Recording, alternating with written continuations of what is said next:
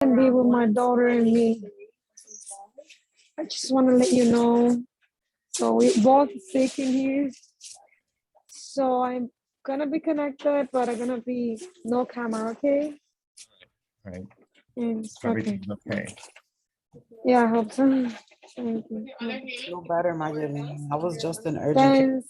Entire family. Oh my gosh, it's so All hard. sick. Thanks. So tired. I know, me too. I don't know what's going on.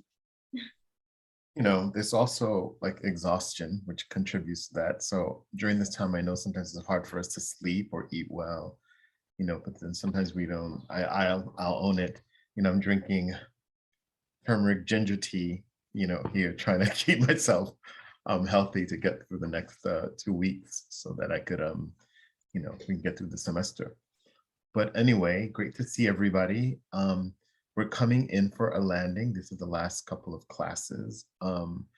So what I'm going to do today is we're going to focus on our final exam. I think we just got to get ready for the final exam. I want to make sure that you're feeling good and confident with it, that we study the material, and that that we get to do to look at an example of a prompt, a similar prompt for the final exam. Of course, will not be the same prompt for the final exam. It will be a prompt that will be fashioned with the instructions in the way the final exam is. So that way, when you actually take your exam, it's not a big surprise. You at least be familiar with some form and some structure. So we have two poems, and so the prompt is going to be comparing these two poems, and the two poems are one is by a person named Robert Southey, and he's a British guy that was around in the 1700s, and the other one is by Martha Nelson, who is a more contemporary poet. She's still alive today. And they're writing about topics that particularly slavery is what they're writing about. And it's amazing that people have been writing about it for hundreds of years already. But they have been, and I don't see any stopping in sight of it. So we will take a look at all of that, at both poems. So what we're going to do is basically what we're almost going back to the beginning of the class. And also, if you remember, when we had our guest teacher when they were talking about a poem. So we're going to do similar things with the two poems that we have. If we can get through both poems today, great. If we get through one, we're in a good place. We just have to get through at least one poem, which I know we will do. And then if we can get through the second poem, that'll be great. Then on Wednesday, we can work more on working on the prompt, looking at the prompt and how to answer a prompt. So getting all that stuff together. So and then at the end of class, we'll take care of business. But I kind of today want to kind of hop into take care of some, you know, some loose business, but I want to hop right into it today. Okay, let me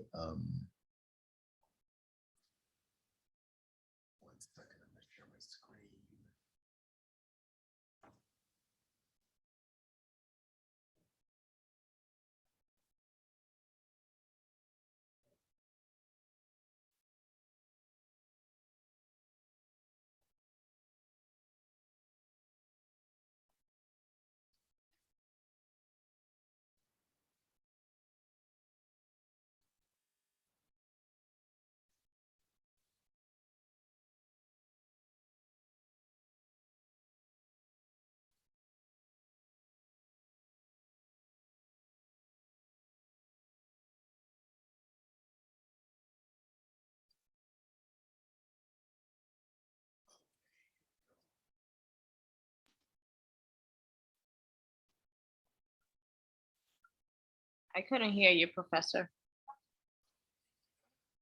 We can't hear you. Nope.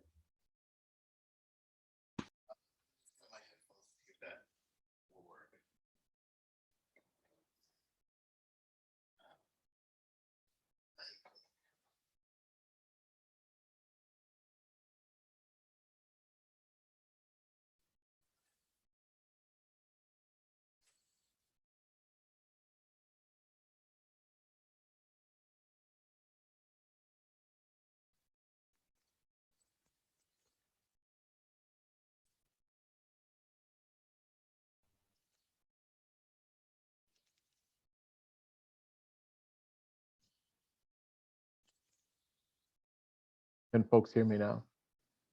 Yeah, okay, good. Excellent. Let me just make that small. Who's up here? Okay, great. So we'll begin with our final exam poems. There are two. One is called Sonnet by Robert Southey, and the other is Worth by Martha Nelson. And so we'll begin with sonnet number 5, or sonnet 5 by Robert Southey.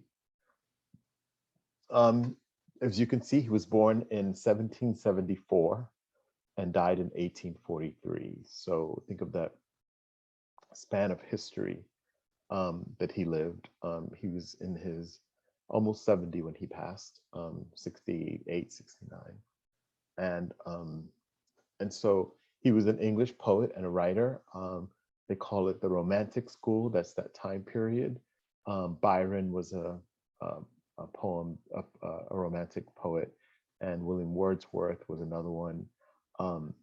But he is from that period, although his poetry is known. He's known more for his prose, for his essays and his stories that he wrote. He was a journalist. I mean, I'm not only reading what's here, I'm just talking about who he is. He was a journalist.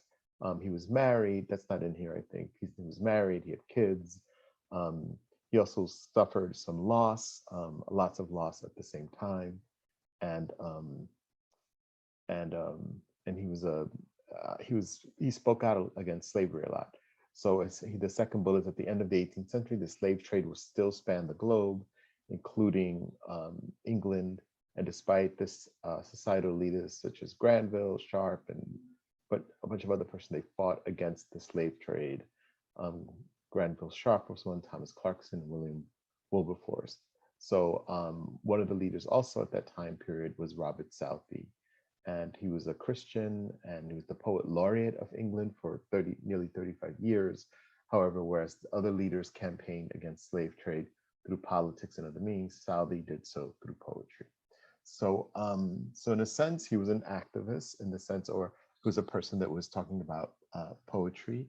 It is interesting to think about poetry because think about slavery, because we're so American-centered on it, right? How it affected America and the impact that it has had here.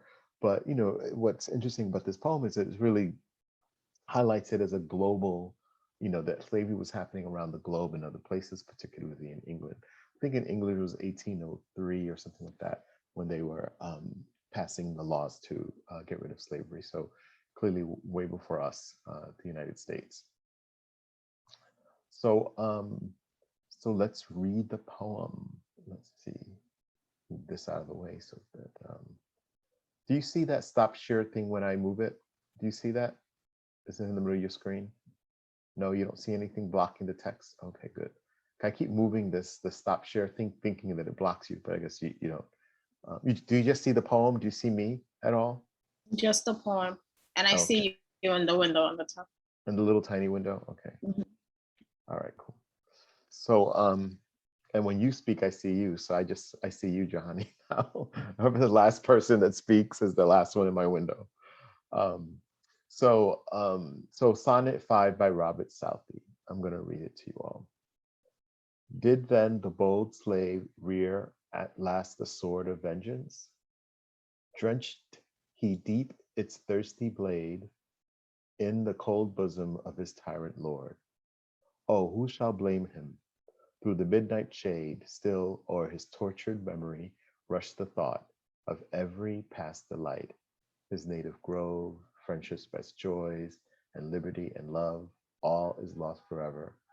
Then remembrance wrought his soul to madness, round his restless bed.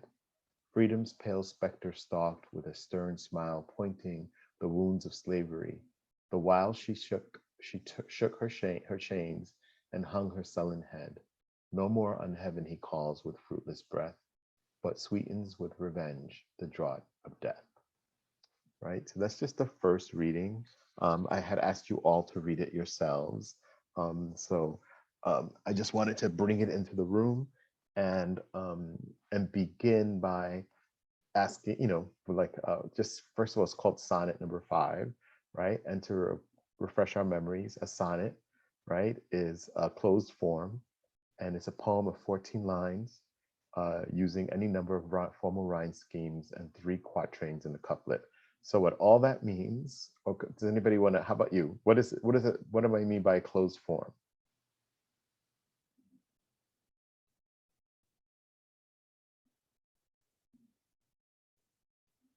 Does anybody recall a closed form? Whoops, just come back to the class. It follows a pattern. Yes, that's a good concise. That it's that it has rules, right? The other style of free verse, but it has rules, right? So there's 14 lines, right? And so there's a particular rhyme scheme, right? Remember the Shakespearean sonnet. Our first poem for you was a sonnet. We read, I think, a Shakespeare sonnet. Shall I compare thee to a summer's day? So this one is also a sonnet. So a quatrain, do people remember what a quatrain is? Is it 4 stanza or something? Yeah, it's for quatrain, like sounds like 4, like quarter. So it's the 4 lines. So normally sometimes they break them up into different stanzas. So you go see 3 stanzas. So a quatrain is 4 lines. And so a sonnet has 3 quatrains. So there's usually 3 4-line groups, and then a couplet, which means like 2 lines at the bottom, like the last 2 lines. And most of the sonnets have a particular rhyme scheme that are part of the quatrain, and then the last 2 lines always rhyme with each other. So we'll take a look at that in a second so you can see how that plays out. And yeah, so just so we can be familiar with the excuse me, I'm sharing my screen. With just some technical terms, right? So if we look at it, right, if we look at the sonnet now, right, there are 14 lines and we were going to count them. Well, this little number 5 means the 5th line, and this is number 10, just giving you a sense of where you are. So by here, this is 10, 11, 12, 13, 14. And if we look at, I'm going to not do the screen share. I'm going to do it a little differently. Yeah, I'm going to do this here, and I'm going to zoom in.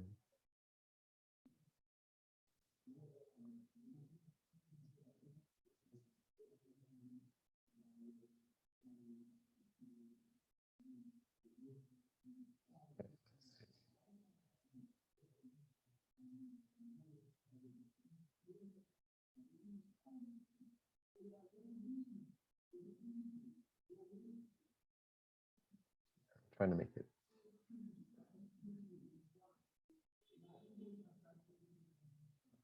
So I think this is as big as I can make it right now without making it too big. Let me close this here and then try that 200% again.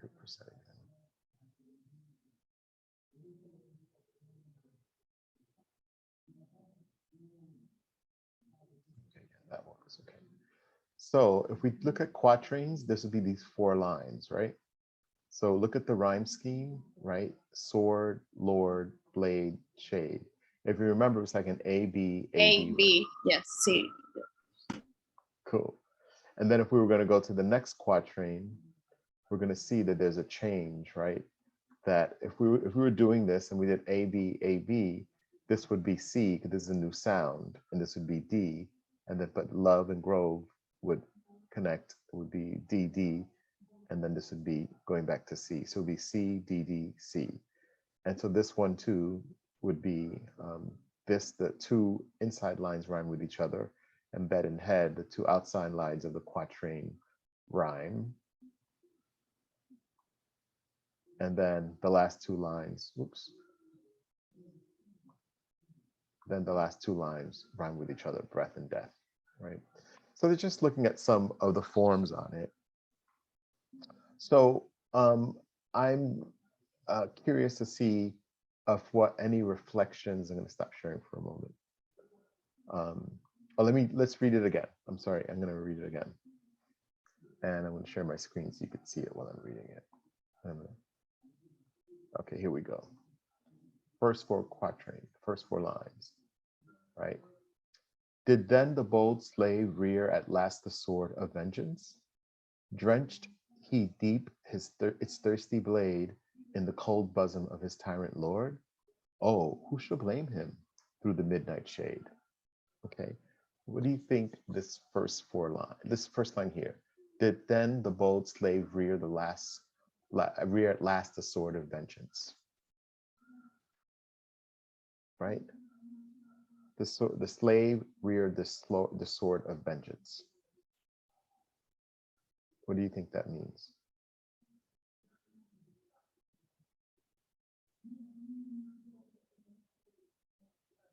Maybe that the slave finally is gonna get revenge. Mm-hmm. Right? The sword he's gonna take that revenge. And then what he says inside of it, I'm sharing my screen. What he says, he's drenched he deep its thirsty blade in the cold bosom of his tyrant lord. He's asking a question, right?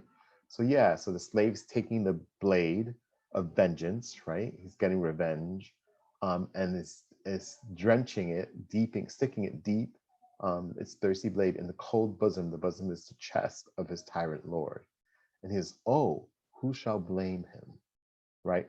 Through the midnight shade, right? So the beginning of it is the idea of this slave taking vengeance, right? Getting revenge on his lord, right? The tyrant lord, not a sweet lord, not a good lord, a tyrant lord. And he stabs the lord where? What is the bosom? Chest. In the chest, right? In the heart, right? And then he says, oh, who should blame him? Through the midnight shade, right? Through the midnight shade, like who would blame him, right? Here's living in this darkness, right? That life of a slave.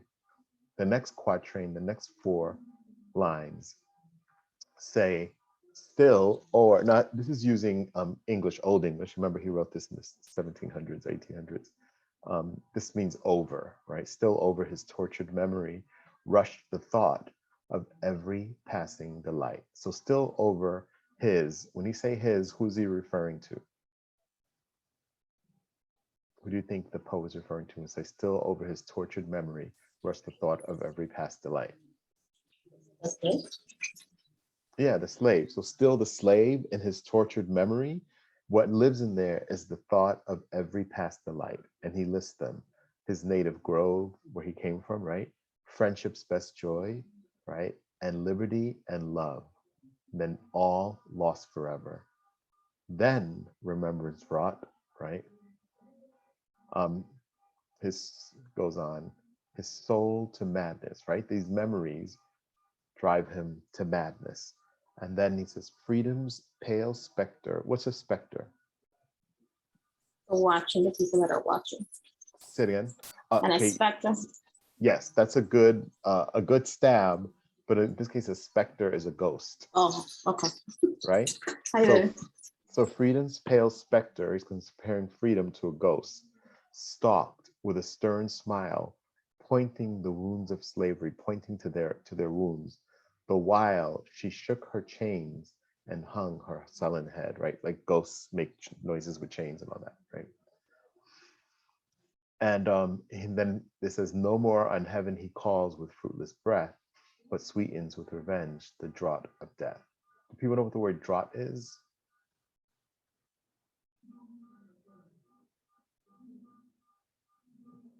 Draught. No more in heaven he calls with fruitless breath, but the sweetens with revenge the draught of death. Right? Draught means like to pull out, right? And so what death gets to pull. So if we look at these different quatrains of the poem, right? The different sections, the beginning, it talks about the slave, right? Wanting to get revenge. And then at the end of it, it says, but who could blame him, right? Who could blame them? And then it says that because they still remember, their home, they remember their friends, they remember freedom and love, right? And then it says, so that whole thing, and that is driving the slave mad, right? It makes them as driving their soul to madness. And then it says that freedom, talks about freedom being a ghost, right? There's not even this thing. Freedom's this ghost, like it died, it's gone, and now it's only a ghost that stalks them with a stern smile pointing the wounds of slavery. And then the while she shook her chains and hung her sullen head, sad head. No more in heaven he calls with fruitless breath. The slave no longer calls on heaven with fruitless. It does nothing. Like all the prayers, has not changed anything. So no more on heaven he calls with fruitless breath, but sweetens with revenge the draught of death. So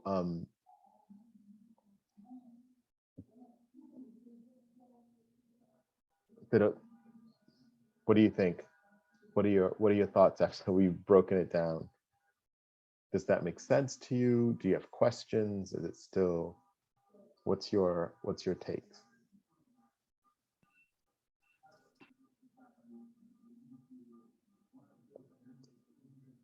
So what if I do it this way? Like, do you see a theme inside of the poem? Do any of you see a theme in the poem? I guess it's their pain and their suffering. Mm-hmm. Como su impotencia. Yes. Okay. Let me I'm writing your thoughts down in here.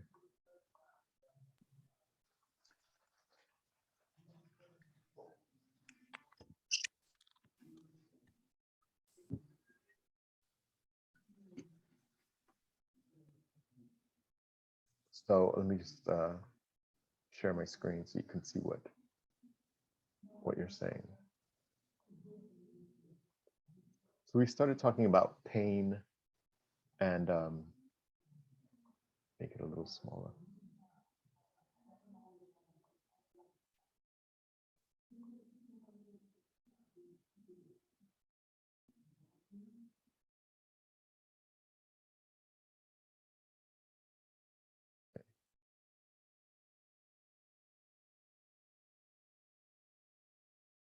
So yeah, pain and suffering are two of the things that could be themes or ideas inside of the play. No power, like being powerless, right?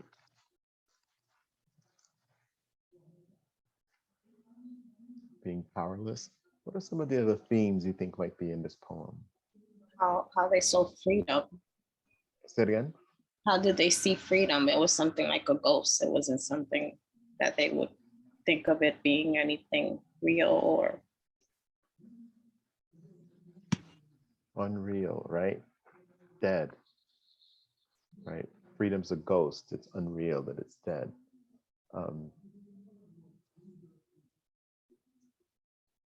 What could be some other thoughts in it?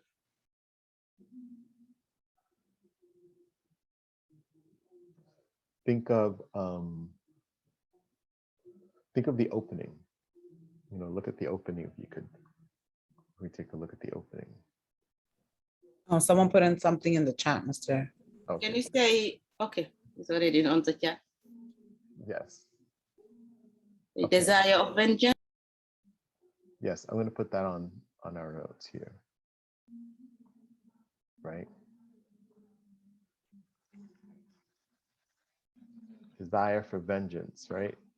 And it's even justified, right?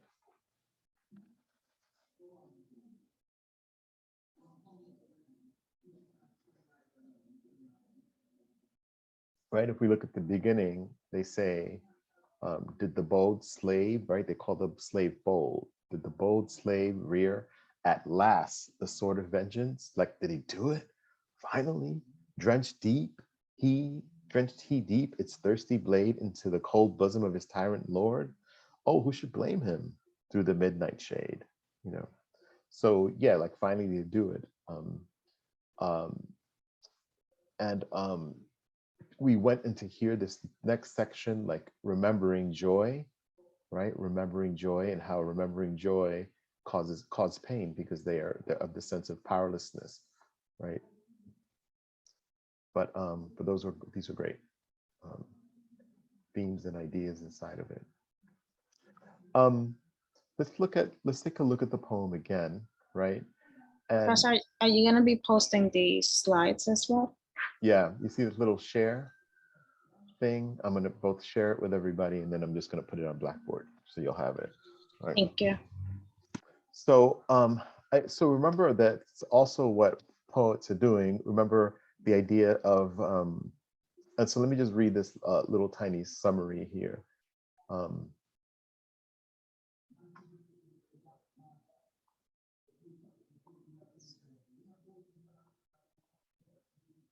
Right.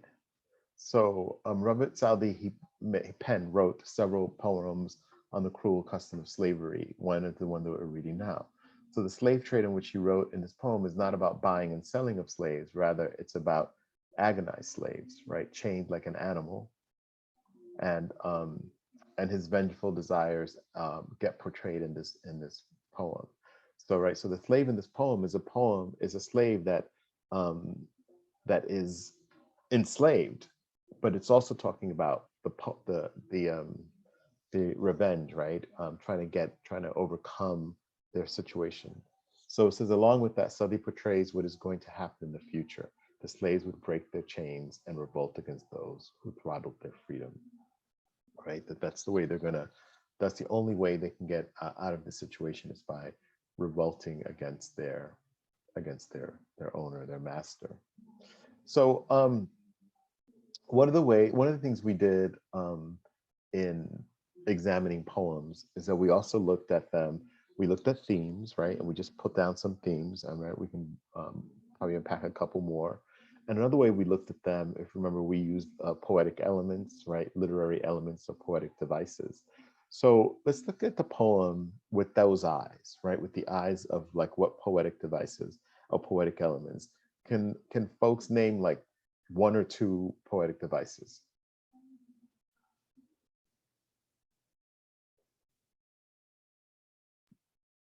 Imagery. Imagery is one of them, right? That's an imagery. Thank you, Ninoshika, as well. So we got imagery, and one more. Rhyme. Okay, thanks, Ninoshika. Yeah. So imagery and rhyme are certainly two of the poetic elements, but I want you to start thinking like, oh yeah, the poetic elements, those things, rhyme and imagery and metaphor and all those kinds of things, and how they use language and words and letters, right? And so all of those things are happening inside of this poem. So we could talk about like the quatrains and all that kind of stuff, but I think what poets are doing also is looking at what poetic devices are they using to tell the poem. And so I want you to turn your brains into that frequency and let's take a look at that. So first, I want like something really simple that struck me about the poem is, if you look at it, okay, so first of all, capitalization, like what you capitalize, right? And it's so interesting that of course he's capitalizing the first letter of the sentence, but then inside of the sentence he's doing all this other capitalization. Special ones. Right, and so which ones do we see? Just even the first two lines. Oh, I went all the way down. I went to friendship. Okay, good. Go. Where did you go? I went to friendship, liberty, and love. There you go. Where's that? Oh, here we go. On this line, right? How he uses capital letters. Say friendship, liberty, love, like emphasizing these things, the importance of these things, right? In comparison to how they are what? Later on, they're ghosts, right? That these things become ghosts. They're so out of his life that they're ghosts, right? If you look at the first line, he uses the first two lines, right? We have did and of, because those are starting the sentence, but it's like slave, sword, and vengeance, right? So if you look at what the poet capitalizes, right? At the beginning, it's slave, sword, and vengeance, and then friendships, liberty, and love, right? Then later on, the next one is remembrance, right? The memory, the importance of memory, and how that, like, it makes him crazy, just imagine, freedom. Knowing. Yes, freedom is the next one, right? And then if you look at which is the last one in the middle of the line, on the second to last line. It says no and but. Right, heaven. Heaven. Right. So like even heaven in that place is not even a place for hope, right? A heaven is like fruitless, like the breath, like, you know, calling. There's a you know, I'm teaching. I was teaching a poem by Sojourner Truth called "Ain't I a Woman" in my other class, and in it she says, she talks about she had 13 children that were sold into slavery, and she goes and nobody heard her cries. She says, not even like God, you know. So I cried and cried out and cried out, and not even God heard my cries. So here again, fruitless breath, like all this prayer, all this hope, you know, is hopeless, right? And the one thing, but the fruitless breath, but sweetens with revenge the draught of death. Like the idea of death sweetens the revenge, you know, makes it even all that more sweet. So one of the things to look at here, a device they're using is one that's very simple, which is capitalization, right? Capitalization to emphasize some of the ideas and some of the themes inside of the poem, right? So let's look at the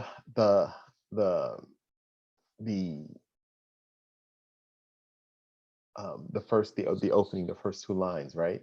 Like that sword of vengeance, right? The sword, you know, is a vengeful sword. So he's using the sword. He's making a comparison between the sword and vengeance, right? That the sword, when making comparison, using the sword as a metaphor for vengeance. I could use a sword for vengeance.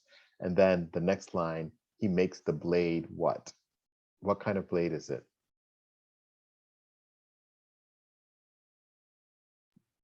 Thirsty blade. Sharp. Thirsty. Yeah, it's sharp. But in the poem, it's saying it's thirsty, right? Can blades be thirsty? No, they're blades. But he's using, that's the idea of personification, right? He's giving the blade like a human quality, right? So so he's using these ideas of metaphor. He's doing comparison, right? He's doing personification, right? He's using even symbolism, right? In those first 2 or 3 lines, right? When I talked about where did he stab the Lord? Where did the thirsty blade go? To the bosom, to the chest, to the heart, right? He could have cut off his head. He could have done all these other things with the blade, but instead he sticks it in the heart, right? Because, like, why do you think the heart? Why do you think he stabs him in the heart? Well, he said that the blade was thirsty, so that's where he's gonna get the blood from.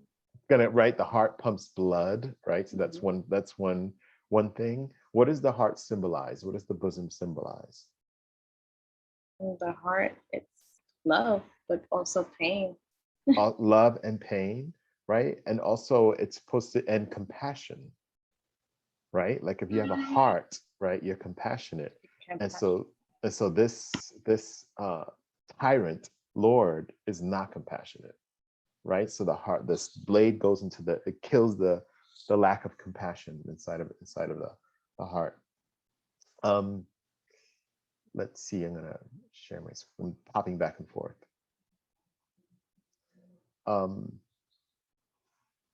So let's go to here, this whole idea, right? The idea here, he does a metaphor with the sword and vengeance. Then he does again here with freedom, right? He makes freedom a ghost, right? And the ghost shaking the chains, pointing at the wounds, you know, that slavery has caused, right? This whole idea of it symbolizing, you know, death, and the death of what? The death of freedom, the death of liberty, the death of love, right? And again, justifying death. So what about one of the elements that someone put in the chat, and that I think Jahani said with her voice, was imagery. Do people see imagery in the poem?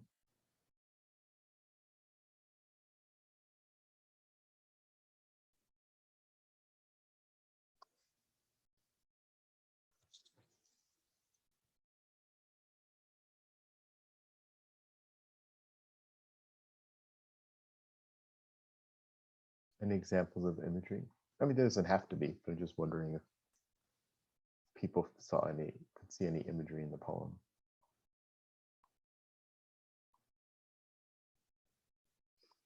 I mean, there could be some up here, right? The idea of drenched, he dipped its thirsty blade, right?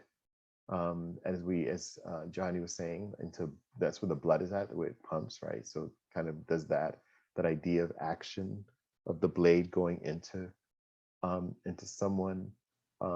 This also with the spectre, like the ghost stalking him. The sound of the chain. The sound, she shook her chain, right? So that's a good one there, using the use of sound. So yeah, so this little elements of imagery. So what I want us to be able to do is, let me share my screen. Oh no, not share. Yes, I want us to be able to do is to remember to do that, to remember to go back to looking at a poem, not only looking at the themes and looking at the ideas, that we kind of can slow down and read it and understand what it means, but that we are also able to look at these poetic elements, right? How these poetic elements are also contributing to how we're experiencing the poem. The idea of death being a ghost, and of freedom being a ghost, right? And the only way you're gonna get freedom back is by, killing the thing keeping you from freedom. And that freedom is also a memory, right, of liberty, of love, right, of friendship, that all those things were in the past. And there's bigger metaphors that we can make to today. I mean, slavery is the I don't want to say slavery is a metaphor, I mean, but it is in a way. But slavery, the idea of slavery, when we talk about slavery, we literally talk about slaves. But for many of us, we are enslaved in different kinds of things, sometimes in Like something tying you down, not letting you progress or. Exactly. But we become enslaved to many things, enslaved to, poverty, enslaved to the system, right, the system, sometimes bad relationships, right? So these ideas that sometimes that you feel that they're showing in this thing, this sense of being oppressed and held back, right, is another of the themes in there. Let me write that in the thing. And the things we do about that, right? That sometimes when we're oppressed and held back,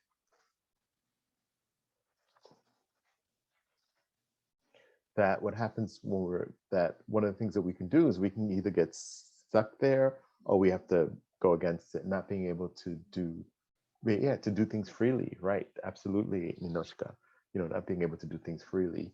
And so that's ideas, those feelings inside of this, right? This kind of almost darkness, but also this idea of rebellion, right? And this idea of rising up, and this idea of, changing your destiny, that you have to change. So all of things are packed in this poem. As you can see with almost every poem we read, you start by scratching your head, because I do that sometimes. When I first read this poem, I was like, oh, okay, interesting. I get the slavery thing, but what is going on in this poem? But then you slow down and you start looking at start breaking it down, and you start to see all these things. And so, so I want us to do that, to remember that all the work that we were doing to unpack a poem, right? To be able to look at a poem, to read it, to unpack it, to share some of the ideas inside of it, being able to pull the ideas, being able to identify the poetic devices, the poetic elements that the poet is using to tell the poem, and to also have the reader have an engagement with the poem. Okay. So let me share.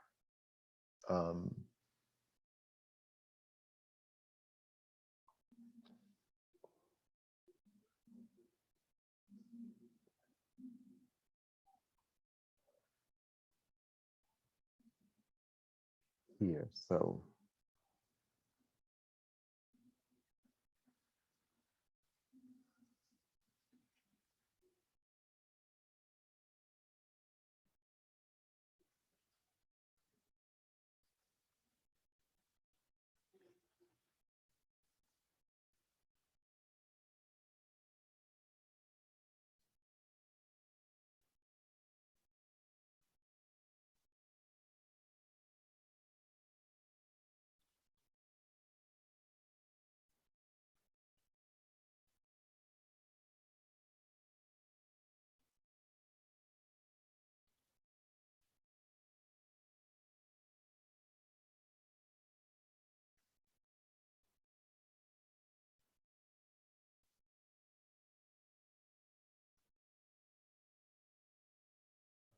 share the screen because I was short. Let me show you what I was just writing down a little bit of the conversation. All right. So here we're talking about some of the literary devices and the poetic elements. Let me make that bigger. Right. So we're talking about metaphors, the use of capitalization to create emphasis of the themes, personification of the sword, thirsty, right? Almost personification of freedom as a ghost, right? In it, we found there was some imagery in there, right? In terms of visual, with the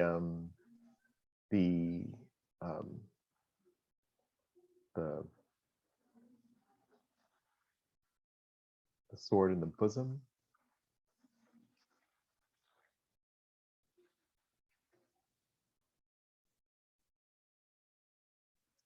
and also the sword in the bosom, sound or auditory imagery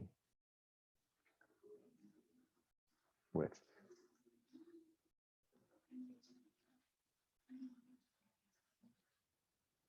with the shaking of the chains, with that one, freedom for ghosts that is stalking.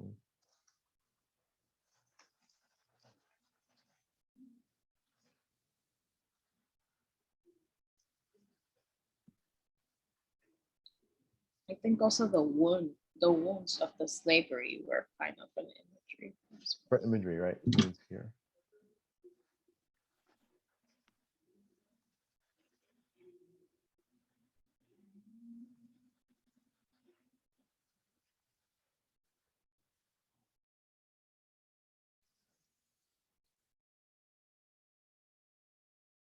In it,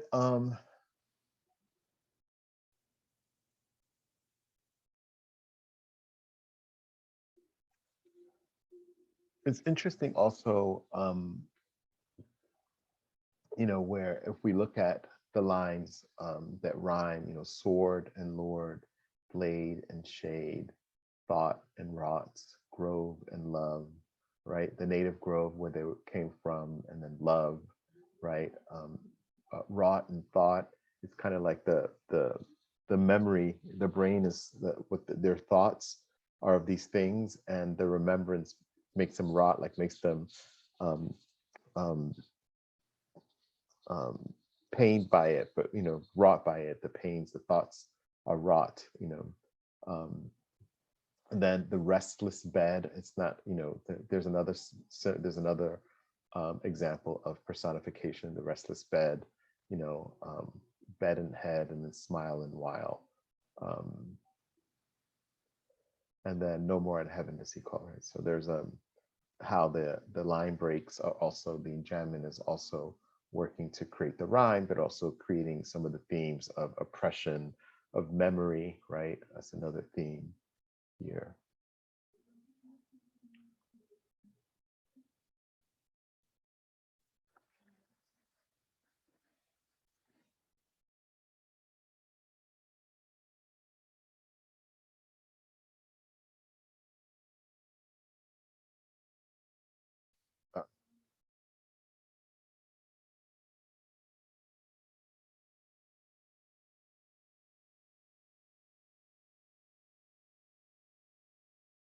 So these are some of the elements. And then here, a little paragraph I put in to summarize some of the things that we said. Let's see if we covered it all. Southey uses several literary devices, right? To begin with, let me separate this here. This is sword of vengeance is a metaphor, right? And the second line is the inversion. Here, the thirsty blade contains a personal metaphor. Moreover, the phrase also shows personification. We talked about that. The third and the fourth line, oh yes, rhetorical questions. Thereafter, the poet capitalizes some words such as friendship, love. Okay, yes, repetition. And yeah, let me go over to that one. there's one of the things that we probably have not talked a lot about in the class are rhetorical questions. What do you think a rhetorical question is?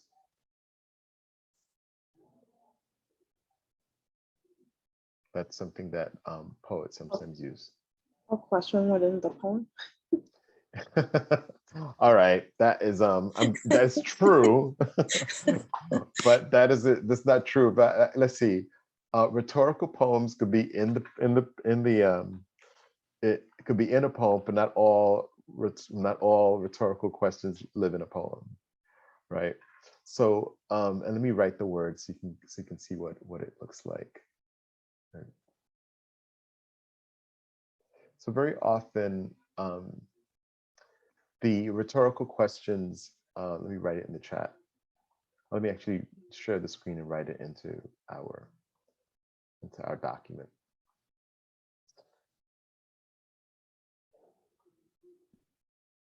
So rhetorical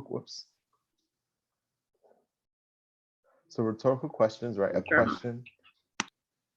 Can you see me? Yeah. A question asked to create a dramatic effect or to make a point rather than to get an answer. So I like that.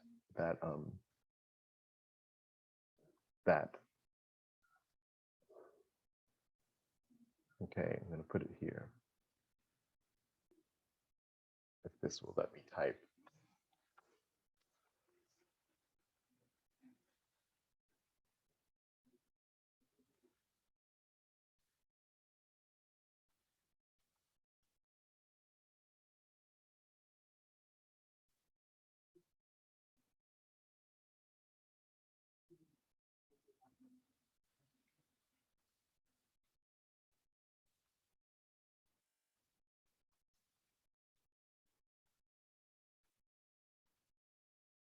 Right, so it's a question that you ask to make a point.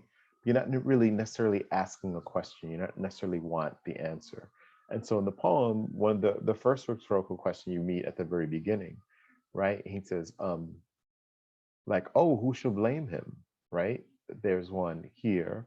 It starts out, did the bold slave rear at last sword of vengeance? Like he's asking a question, but he's not, right? It's more like they're making a point. Drenched deep in his thirsty blade in the cold bosom of the tyrant lord. Oh, who shall blame him, right? So the whole beginning opens with these rhetorical questions, these questions that are not necessarily questions that need answers, but questions that he's using to make a point and questions that he's using to continue forwarding the story to create a dramatic effect, right?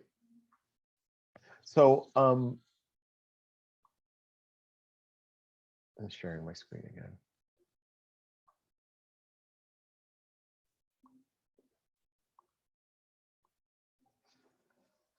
So in it, let's just look from the beginning and then we'll probably move. What time is it? Okay, good. We can start the other poem.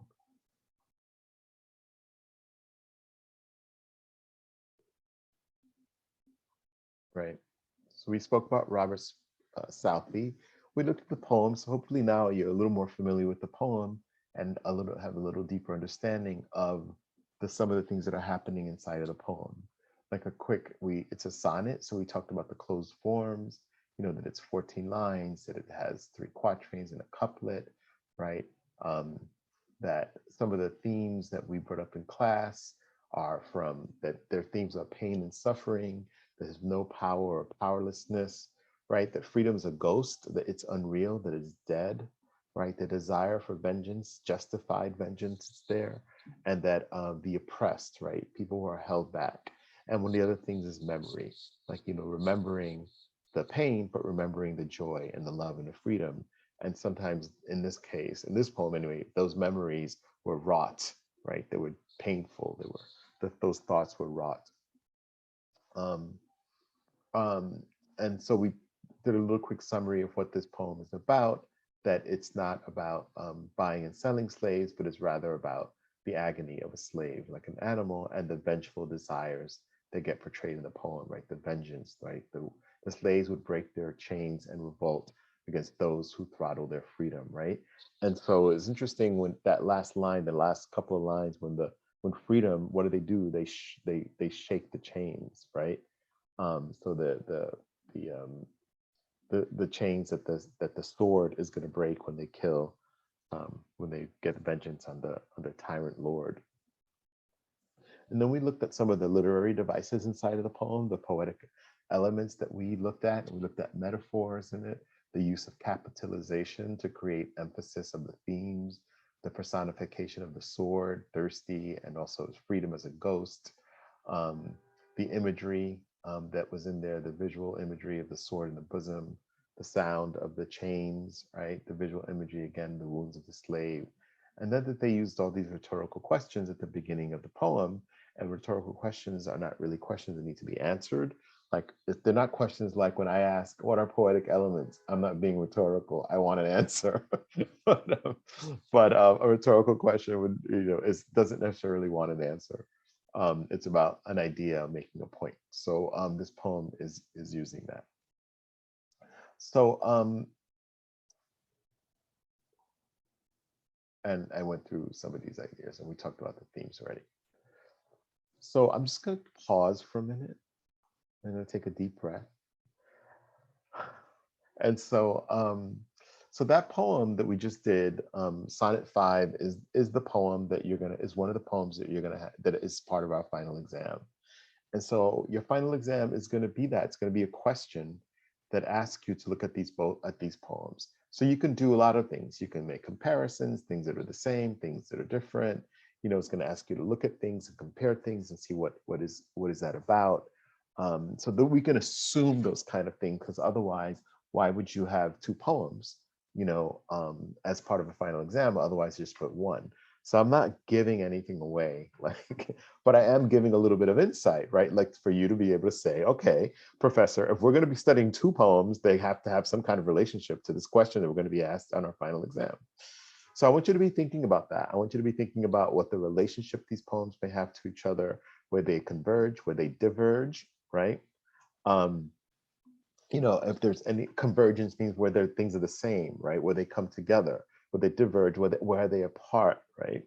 We're going to see already once I start doing the beginning, because we still have another 15 minutes, and I think it'd be great for us to get started on Martha Nelson. That way, between now and Wednesday, when you read these poems again, that you'll be seeing them hopefully with the knowledge we just did, and perhaps come into the class to see. So the question is going to be, I'm going to ask you to read them, read the poems again, and with these ideas, with the ideas of theme, and you'll have we probably won't get as far as Martha's, so maybe you could fill in some of Martha's stuff on that on the PowerPoint. And I'm going to try this thing, this share thing, to see, because you should be able, if I put all your emails in there, you should be able to populate it. So so feel free to try to populate it as much as possible. I'll make some extra pages for the Martha one, so you can put them in there. And also you can see what other people put in, and you can just add to it. You don't have to repeat it. And we're going to try it before class ends. I'm going to do it. Have your emails up. So so yes, so your homework is going to be, of course, to look at the sonnet number 5 and see if there's anything you can add to what we put there already. Like if there's anything you can add in terms of themes, anything you can add in terms of poetic devices or poetic elements that you can add to the poem of Sonnet 5, right? So the fact that I'm saying that means that there's probably more, right? And then we're going to begin looking at Martha Nelson's work, excuse me, and then we're going to do a similar thing. We're going to want to look at the poetic devices that are in her poem, any themes that are in her poem, and then on Wednesday, I'm going to give you a question that's not, of course, the question on the exam, but I want us to go through the mechanics of like reading the question and then even beginning to respond to the question, right? So that we could get a hold of that. Jahani. What's the other poem you say? We're going to do it right now. It's called Worth by Martha Nelson. No, So that's why I'm getting confused, because it's Marilyn Nelson. Oh, Marilyn. I'm sorry. Okay. Let me make sure that I have her right. Oh yeah. All right. Yes. So you're right. I'm wrong. I won't give you the explanation of Marilyn and Martha. There's a, let me make sure I fix it everywhere. There's a woman that that publishes her, and her publisher's name is Martha. Martha, and Martha's a poem too. You scared me for a minute. I was like, wait, I'm teaching you guys the wrong poem, but they're both in the same sheet. So let's go to the top here. All right.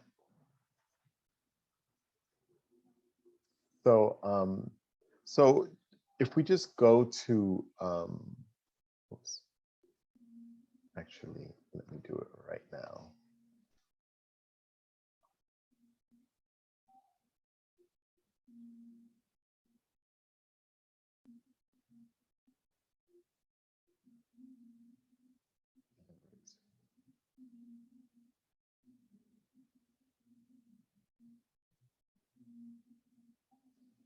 My computer is being a slowpoke tonight, so.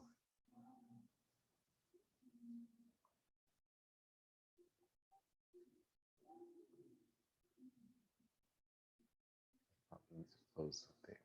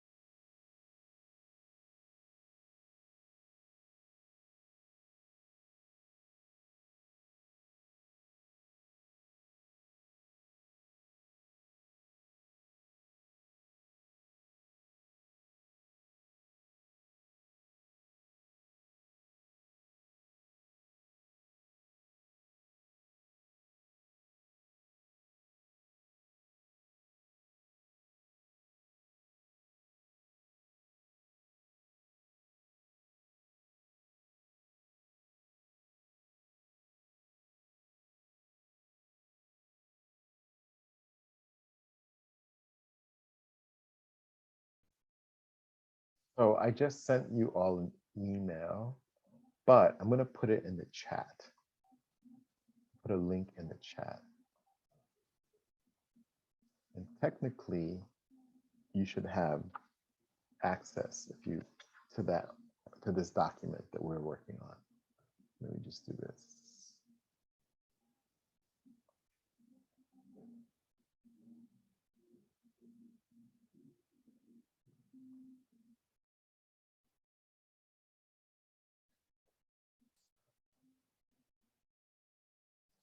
So let me continue with this. Has anybody clicked it yet? You can see it? Okay, cool. Excellent. I'm in. All right, good.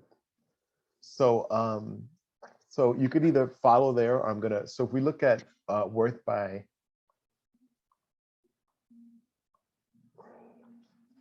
Marilyn Nelson, right? So one thing that's different about the two poets is that definitely their time periods are different. Like he was born in the 1700s and she was born in 1946, and she's still alive. So she's an author and she's a translator of more than 20 books. She's also won several awards, including the national, she was a finalist for the National Book Award, which is a really big award. And she's won the Robert Frost Medal and the Poetry Society of America Award for Distinguished Lifetime Achievement. And she's had fellowships from Guggenheim and the NEA. And she used to teach at the University of Connecticut, where she's the chancellor of the Academy of American Poets, and she was the Poet Laureate of Connecticut. So Poet Laureate is, just so you all know, I just like the sanctioned poet of that town or the city, or even the Bronx has its own poet laureate, and we know that the previous guy was a poet laureate of England. So so that's Marilyn Nelson. So I'm gonna just read Marilyn Nelson's poem, and so we could bring it into the classroom and hear it, right? So this is her poem. Today in America, and I'm on the slide of the poem, right? Slide number 14. And let me actually share it for those people who are not in the document. You can see it, right? Today in America, people were bought and sold. 500 for a likely Negro wench. If someone at auction is worth her weight in gold, how much would she be worth by the pound, by the ounce? If I owned an unimaginable quantity of wealth, could I buy an iota of myself? How would I know which part belonged to me? If I owned part, could I set my part free? It must be worth something, maybe a lot, that my great-grandfather, they say, killed a lion. They say he was black with muscles as hard as iron, that he wore a necklace of the claws of the lion he fought. How much do I hear for his majesty in my blood? I auction myself and I make the highest bid, right? So I'm going to, let me just do this here.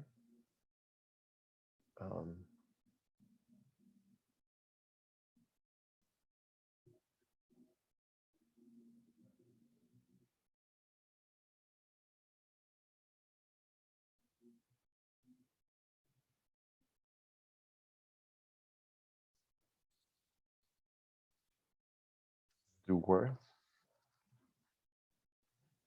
and let's duplicate this a couple times.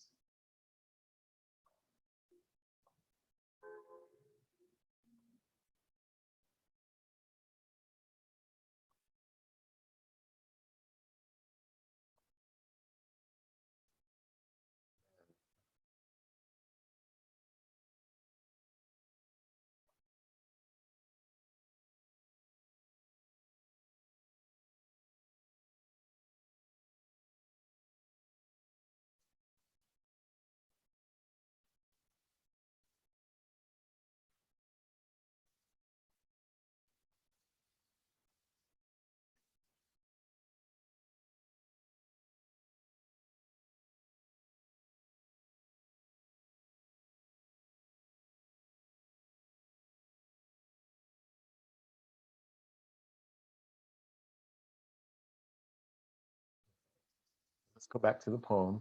So what I did was, now we have themes and ideas. So you're able to populate them, but we're not there yet. We're still reading the poem. So let me go back to the poem, right? Because I've only read it once, right? So let me read it a second time. Today in America, people were bought and sold. 500 for a likely Negro wench. If someone at auction is worth her weight in gold, how much would she be worth by pound, by ounce? If I owned an unimaginable quantity of wealth, could I buy an iota of myself? How would I know which part belonged to me? If I owned part, could I set my part free? It must be worth something, maybe a lot, that my great-grandfather, they say, killed a lion.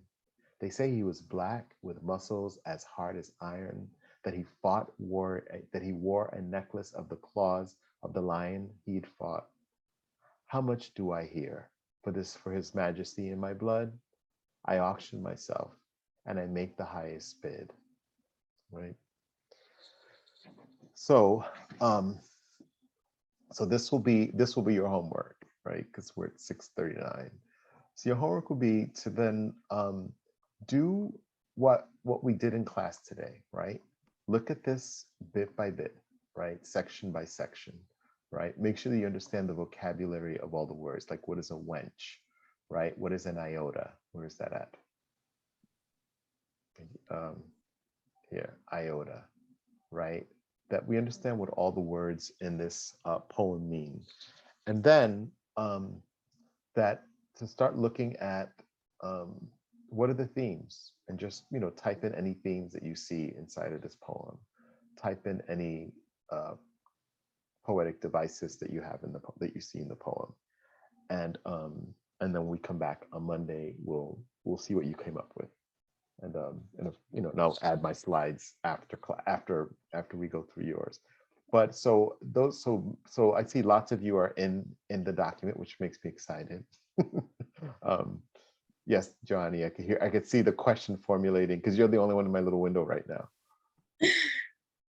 Yeah, I have already a few. Okay. It's just, I'm trying to write it. Mhm.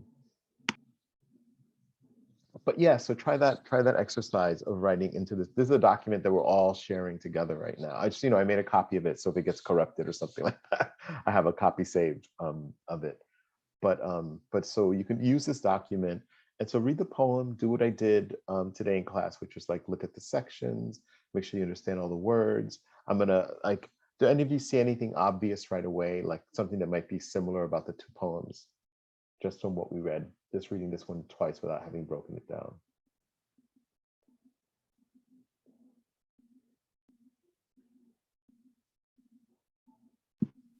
It's definitely slavery and powerless. Mm-hmm. Right, there's a sense of that. Yeah. So look at it more closely and seeing what they're talking about. Very different perspective too, right? This one is somebody, Self-worth. yeah, right. Totally an idea of self-worth is inside of this one, right? The idea, like if you weight your worth in gold, somebody's worth their weight in gold. Like, what does that mean? Like, how much is that worth by the pound, right? Or by the ounce, right? And if they have that part and sell it, can they set themselves free, right? Like, what is And that? would it Right. add more value to me because of the things that I possess? Because he mentions his grandfather. Right, right. Going back, the grandfather, right, who kills the lion and wore the claws. So now am I worth more? If that blood is running inside of my body, like now does that make me more, more Valuable. Yes. So so for sure. Yes. The brain synapses to the poetry have been sparked. Like feel it. For Jadi, I think, for those of you responding in the chat, who were responding in the chat. So yes, okay. So that'll be your homework. Simple homework. We'll continue working on this poem in class. We'll revisit the Robert Southey poem, and then what I'll do is I'll bring in a question for us to work on together, and we'll look at the structure of the question, like how, because there's a format to how the question is going to be asked, which is a little different than it's a little different than some of the other prompts we've had. But it's going to ask you to do, if I can't help myself, I start talking about it. I will talk about it on Wednesday with all of you. I'll just talk about, we have 2 minutes. So basically it's going to ask you to do a format. It's going to ask you to use poetic elements when you're discussing it. It's going to ask you to do all these things. And so those are not rhetorical questions when it's asking you to do something. That means when the prompt is asking you to do something, it's looking for an answer. All right, so that's the difference. That's another clear distinction between rhetorical questions, that it's going to ask you for an answer. So I did want to say, I have a minute left. So I think most of us are like up to speed. I said that I think I would give till, I think it's the 15th, is it, to do revisions or something? And if I didn't, then that's the new date. So if any of you haven't done revisions, I'm still grading my other class. I got to finish them, and then I'm going to go back to grading all of you on Wednesday. So if any of you have revisions that you've submitted, so I'll be looking at them on Wednesday. If you have submitted them, but you have until until class is over to get me a revision if you need to do a revision for something. I didn't put the Ruby thing up, but I'll do the Ruby thing. I'll do the same thing. Let's see. Maybe it's easier to do share with everyone. And I'll just send both links.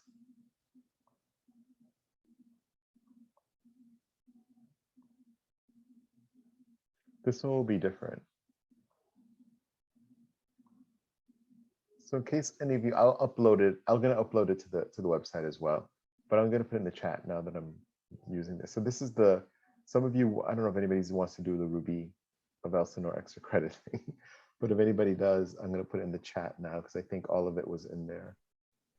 I did it, Professor, and I posted it in the and a few other students as well.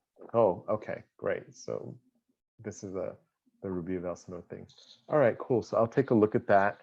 I'm sorry. So I'll look at anything that's been submitted. I'm hoping to be up to date by Wednesday, and then people still have a little more time to get stuff in if they haven't gotten it in.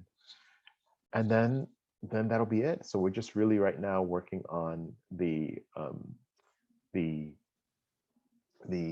final exam. I think I'm going to focus on that. What I'll do is on Wednesday, just to give you, just for your information, I'm going to give you just an overview of spoken word and give you all some links in case between Wednesday and Monday you want to take a look at them. We can do that. But Monday I want to be able to answer any questions about the poems. Next week Monday about the poems, and make sure that we're clear on how to answer the final exam. And then if we have time, we'll look at one or two of the spoken word things just for fun. But the prompt, yes, you will get the prompt. So the prompt goes live at midnight on the 15th, right? Let me just make sure of this. I believe so. I will double check it, but I believe it's on the 14th at midnight. Then I'll show you, you're gonna go into Blackboard. That's gonna be, you'll just see the prompt will be inside of there with all the stuff on poetry. Then just the prompt will be there as a document, and then you'll have I think you have to put it in on Turnitin. So we've done stuff on Turnitin in this class, right? Yes, the research, so you're familiar with Turnitin. So then it'll be a link and Turnitin, and you will turn it in, and you have up until the 21st at midnight to turn it in, right? Till the 21st at midnight. All right, we went over, so I'm sorry. 6:47. I'll hang out here for if anybody has questions, but if not, we'll continue on Monday. Oh, and I will send you all tonight the info on the play that might play this week on Tuesday and Thursday, in case people are able to go. And if you can't, then the week after, they're going to stream it on the 17th and 18th, so you can take a look at it then. But I'll do that tonight. I just was doing a lot of work, and I had to get all that work done today before I sent you all the link, the info for the play.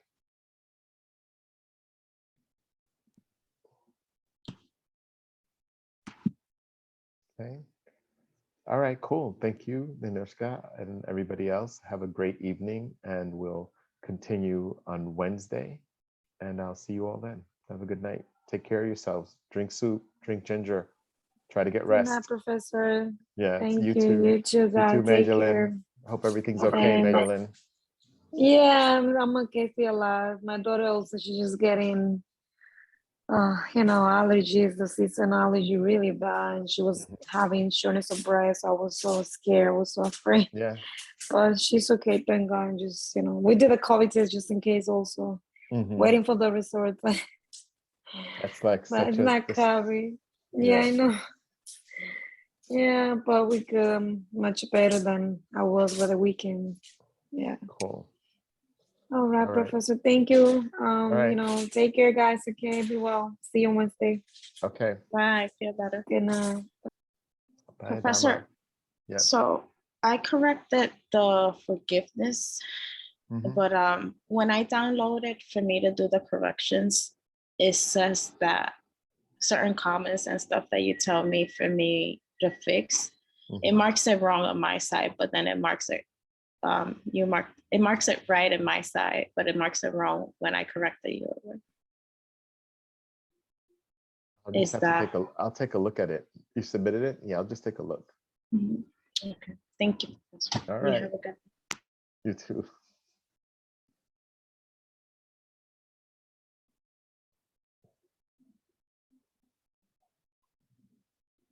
All right.